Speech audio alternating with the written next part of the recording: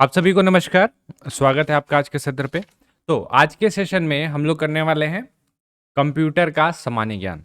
तो कंप्यूटर के क्वेश्चन आपको अभी जो सीजी पुलिस का एग्जाम होने वाला है या हॉस्टल वार्डन, सीजीपीएससी में भी कुछ क्वेश्चन आपको देखने को मिलते हैं, या व्यापम की आप किसी भी एग्जाम की तैयारी कर रहे हैं तो वहाँ पे आपको कंप्यूटर के क्वेश्चन निश्चित ही देखने को मिलेंगे। हॉस्टल वार्डन के लिए खासकर आप तैयार कर रहे हैं तो कंप्यूटर वाले सेगमेंट को और स्ट्रॉन्ग करके चलिएगा। इस सेशन में हम लोग 20 क्वेश्चन करने वाले हैं और उसका डिटेलिंग पे जो रहेगा हम लोग क्वेश्चन जो है सॉल्व करेंगे। तो अगर आप चैनल पे नए होंगे तो चैनल को सब्सक्राइब जरूर कर लीजिएगा। और आज हम लोग शुरू करते हैं कंप्यूटर, और चलिए आते हैं हम लोग सबसे पहले क्वेश्चन पे। सबसे पहला क्वेश्चन है आप लोगों के लिए, निम्नलिखित में से कौन सा सीपीयू का भाग नहीं है? ऑप्शन देखिए, अर्थमेटिक व logical unit, control unit, memory unit या इनपुट यूनिट। बताइए इसका सही आंसर क्या हो जाएगा। इसका सही आंसर करते हैं पहले। इसका सही आंसर हो जाएगा आपका ऑप्शन नंबर डी जो दिख रहा है, इनपुट यूनिट। इस चीज़ को ध्यान रखिएगा, जो दिया हुआ है ना अर्थमेटिक एवं लॉजिकल यूनिट, ये कंप्यूटर के तीन पार्ट यानी कि सीपीयू के जो रहते हैं तीन भाग होते हैं। एक रहता है आपका कंट्रोल यूनिट और तीसरा रहता है आपका मेमोरी यूनिट। यही तीन पार्ट होते हैं। इनपुट यूनिट क्या होता है? देखिए, माउस हो गया, आपका कीबोर्ड हो गया, ये सारी चीज़ों से हम लोग अगर कंप्यूटर के अंदर इंफॉर्मेशन को फीड कर पा रहे हैं तो इसको हम लोग इनपुट डिवाइस बोलते हैं, है ना। तो यही आपका इनपुट यूनिट का हिस्सा कहलाता है। ठीक, इसको चीज़ों को ध्यान रखिएगा। अगला, ALU का पूर्ण रूप क्या है? Application logic unit, analogue logic unit, arithmetic logic unit, arithmetic locality unit. सही आंसर बताइए। पहले इसका आंसर करते हैं, option number C, arithmetic logic unit इसका सही आंसर हो जाएगा। इसको तो हमने अभी देखा हुआ ऊपर, यहाँ पे अर्थमेटिक एवं लॉजिक यूनिट। तो मतलब इस क्वेश्चन का फिर क्या सेंस है? आपका पहला क्वेश्चन है, उसी से संबंधित आपका दूसरा क्वेश्चन। ऐसे जब आप एग्जाम हॉल पे बैठेंगे ना तो आप क्वेश्चन को अच्छे से एनालाइज करिएगा। एक क्वेश्चन का अगर कोई ऑप्शन आ रहा है तो उस ऑप्शन में से ना आने वाला कोई एक क्वेश्चन डेफिनेटली सॉल्व होता है। तो क्वेश्चन को हमेशा इस टाइप का ही प्रिपेयर किया जाता है कि एक आध क्वेश्चन से आपका दूसरा क्वेश्चन सॉल्व हो। तो जब आप एग्जाम में बैठेंगे तो इन सारी चीज़ों को ध्यान दीजिए। अगला, अच्छा, अर्थमेटिक लॉजिक यूनिट का काम क्या होता है, इसमें थोड़ा सा चर्चा कर लेते हैं। जैसे आपने देखा होगा कंप्यूटर जो रहता है बहुत सारे टास्क को परफॉर्म करता है। जैसे आपने देखा है, प्लस करना है आपको, माइनस करना है, मल्टीप्लाई करना है, डिवाइड करना है, कर लेगा। आपने देखा लॉजिकल ऑपरेशन परफॉर्म होगा, जैसे बाइनरी डेटा का ऑपरेशन हो गया। तो ये सारे चीज़ भी कंप्यूटर जो रहता है आसानी से परफॉर्म कर लेता है। वो सारा चीज़ हो पाता है अर्थमेटिक लॉजिक यूनिट की वजह से। ठीक है, चलिए अगला, इनमें से कौन सा कंप्यूटर की विशेषता नहीं है? ऑटोमेशन यानी कि वर्सेटिलिटी, रिलायबिलिटी या इकोनॉमी। तो बताइए इनमें से कौन सी विशेषता नहीं है? इसका सही आंसर हो जाएगा आपका ऑप्शन नंबर डी, इकोनॉमी, यानी कि अर्थव्यवस्था जो रहता है कंप्यूटर की विशेषता नहीं है। अब विशेषता में आपको दिख रहा है ऑटोमेशन, वर्सटाइलिटी या रिलायबिलिटी हो जा रहा है, एक्यूरेसी हो जाता है, और इसका जो रहता है बुद्धिक क्षमता भी रहता है, इसमें स्टोरेज कैपेसिटी भी रहता है, कम्युनिकेशन भी रहता है, बहुत सारा इसकी विशेषता होता है ना। तो ये सारी चीज़ों को हम लोग ध्यान रखेंगे। अगला, यूजर की सहायता के लिए किसी विशिष्ट कार्य को करने के लिए बनाए गए सॉफ्टवेयर को क्या कहा जाता है? System software, application software, utility programme या उपयुक्त सभी। यूजर की सहायता के लिए किसी विशिष्ट कार्य को करने के लिए बनाया जा रहा है, इस चीज़ को ध्यान रखिएगा। इसको हम लोग बोलते हैं option number B, application software. अब इसको एक एग्जांपल के माध्यम से हम लोग समझने का प्रयास करते हैं।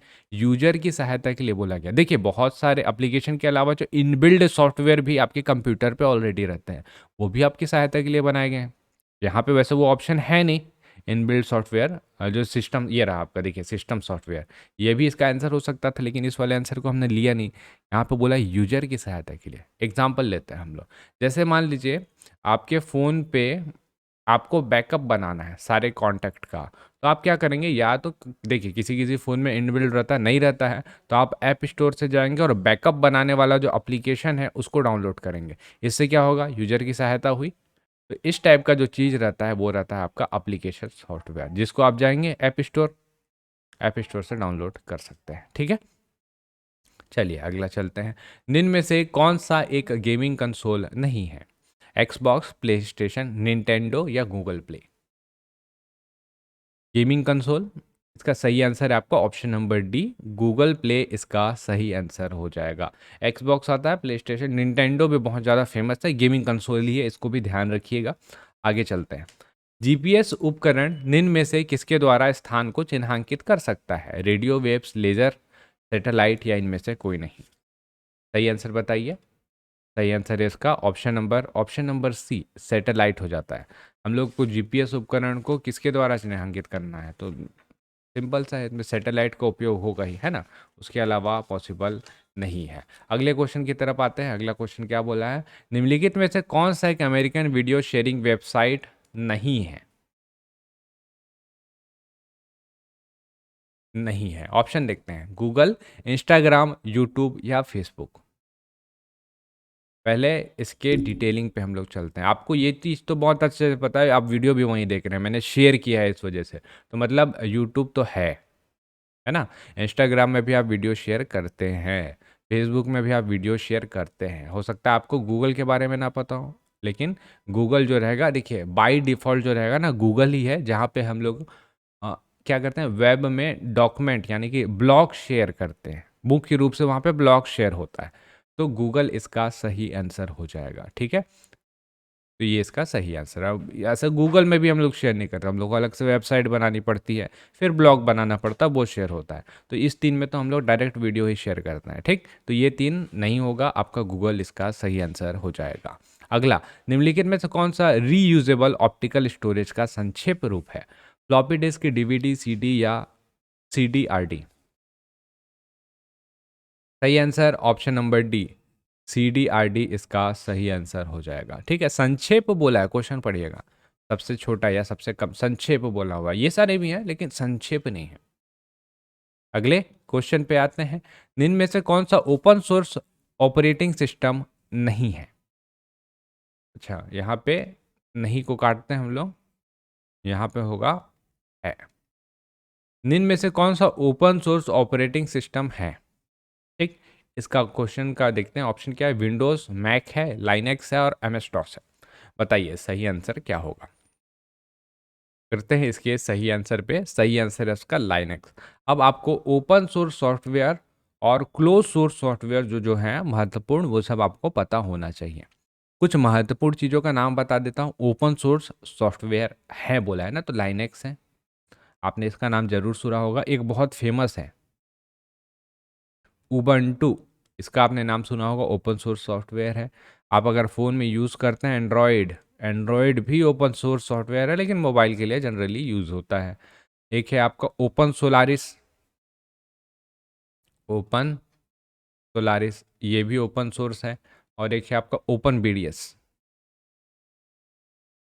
ये सारा चीज जो है आपका ओपन सोर्स सॉफ्टवेयर है। विंडोज़ अब इस समझ में आ ही रहा है अपने को कि ये क्लोज सोर्स होगा।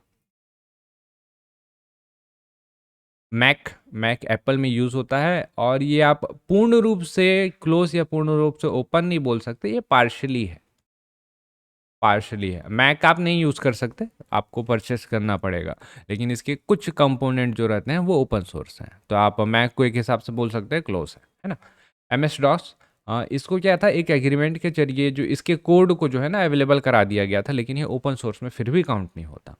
ठीक है, ये भी आपका क्लोज सोर्स में आपका काउंट होगा। तो ये सारा इन्फॉर्मेशन ध्यान रखेंगे हम लोग। अगले क्वेश्चन पे आएंगे।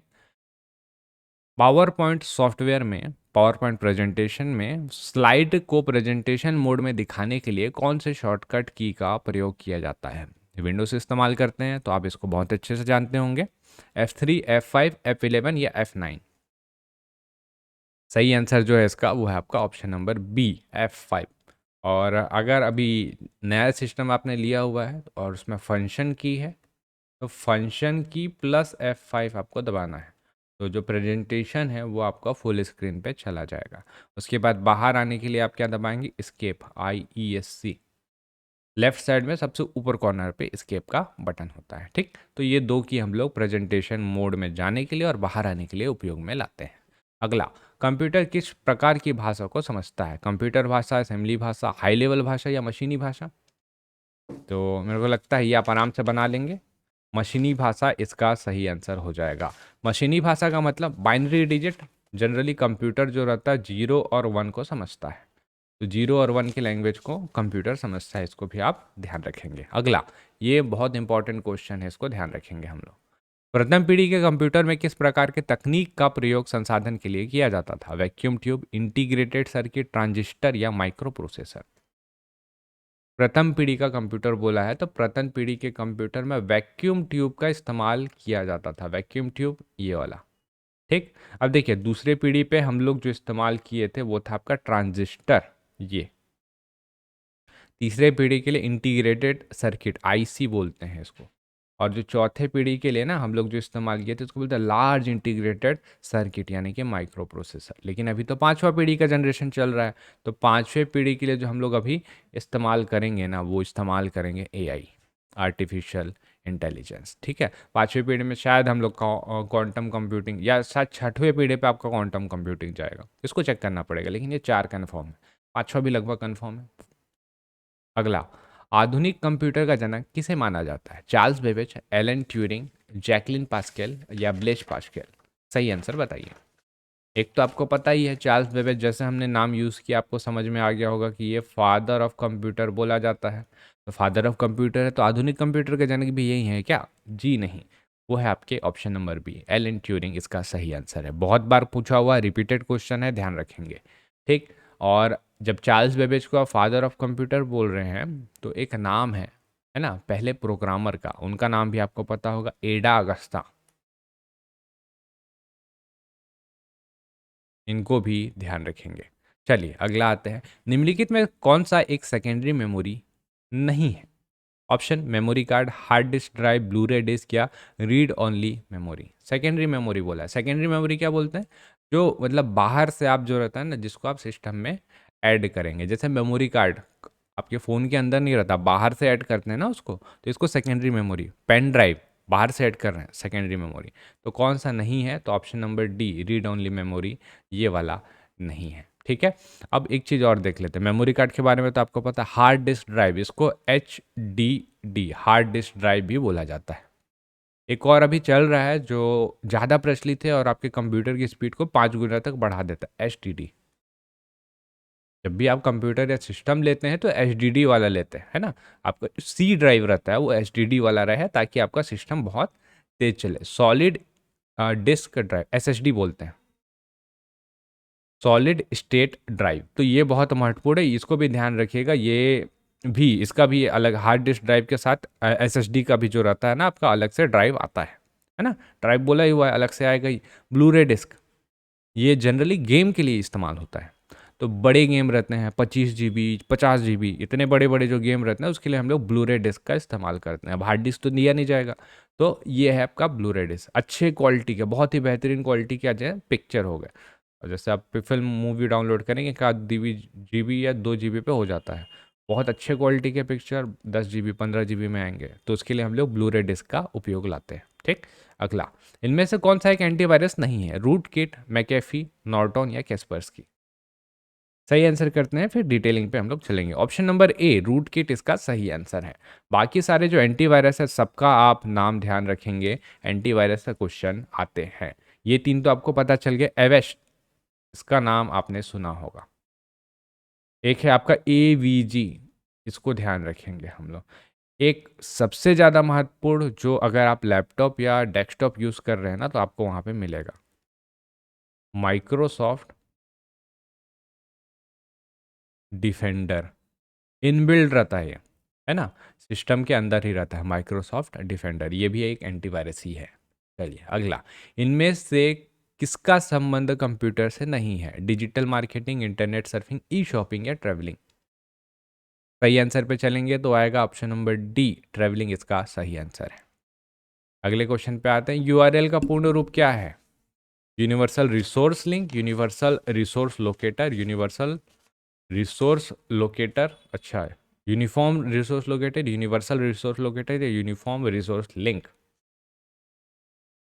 ऑप्शन नंबर बी इसका सही आंसर हो जाएगा, uniform resource locator. Full form से क्वेश्चन आते ही हैं। अच्छा, ये जो होता है ना, ये कंप्यूटर पे वेब एड्रेस होता है,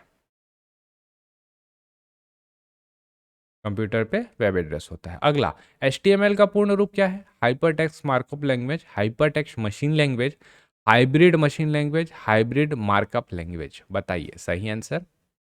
ऑप्शन नंबर ए हाइपर टेक्स्ट मार्कअप लैंग्वेज। इसमें एक चीज़ और ऐड करेंगे हम लोग, ये है क्या अगर आपसे पूछता है, क्योंकि कभी कभी आ जाता है, तो इसको हम लोग बोलेंगे ये है एक एप्लीकेशन लेयर प्रोटोकॉल।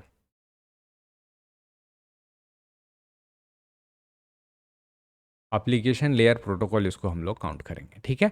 अगला, बायोमेट्रिक सेंसर किस प्रकार का डिवाइस है? Input device, output device, storage device या इनमें से सभी? बायोमेट्रिक सेंसर, अब सोच के देखिए, बायोमेट्रिक सेंसर मतलब क्या? आप अपने फिंगरप्रिंट को स्कैन किए तो इन्फॉर्मेशन कहाँ गया? कंप्यूटर के अंदर गया। तो कोई भी इंफॉर्मेशन कंप्यूटर के अंदर जाता है तो इसको हम लोग हमेशा काउंट करते हैं क्या? Input device. याद रखिएगा, जो भी इंफॉर्मेशन हम लोग को कंप्यूटर से बाहर मिल रहा है उसको हम लोग काउंट करेंगे आउटपुट डिवाइस। जैसे कि प्रिंटर प्रिंट कर रहा है तो पेज बाहर निकल रहा है तो वो क्या कहलाएगा? Output device. लेकिन देखिए ये कर्सर है ना जो मैं मूव कर रहा हूँ, आपको दिख रहा है माउस का कर्सर है जो मूव हो रहा है, तो ये इनपुट डिवाइस कहलाएगा, है ना। मैं बाहर से मूव कर रहा हूँ, ये कंप्यूटर के अंदर काम कर रहा है, कंप्यूटर मेरे को बाहर कुछ अवेलेबल कराता है तो उसको हम लोग आउटपुट में काउंट करते हैं। अगला क्वेश्चन है, triple W W W W के आविष्कार व संस्थापक कौन है? Sundar Pichai, Bill Gates, Tim Berners Lee या मार्क जकरबर्ग? इनका नाम याद रखिएगा, रिसेंट में ही इनका मतलब कुछ साल हो गए इनका निधन हुआ है, पूछने के चांसेस बहुत ज़्यादा है। सही आंसर है आपका option number C, Tim Berners Lee. बहुत इंपॉर्टेंट नाम है, ध्यान रखिएगा। लास्ट क्वेश्चन आप लोगों के लिए, इसको मैं कम्युनिटी टैब में डाल दूंगा और इसका आंसर जो रहेगा पिन रहेगा, आप वहाँ से इसको चेक करिएगा, आप चाहें तो इसमें भी कमेंट करके बता सकते हैं। निम्नलिखित में से कौन सा हार्डवेयर नहीं है? प्रिंटर, माउस, प्रोसेसर चिप या जावा? तो ये आपके पास क्वेश्चन है और मैं एक्सपेक्ट करके चल रहा हूँ कि इस 20 क्वेश्चन में आप 17 से 18 आराम से बना लिए होंगे। आपकी तैयारी काफ़ी अच्छी चल रही है और हम लोग जो रहेगा कंटिन्यू अभी एमसीक्यूज और लाते रहेंगे ताकि आपकी प्रिपरेशन और अच्छी चलते रहे। चैनल पे नए होंगे तो चैनल पर जुड़ जाइएगा और मिलते हैं हम लोग अगले वीडियो पे और अच्छे एमसीक्यूज के साथ। चलिए, तब तक आप सभी का बहुत बहुत धन्यवाद।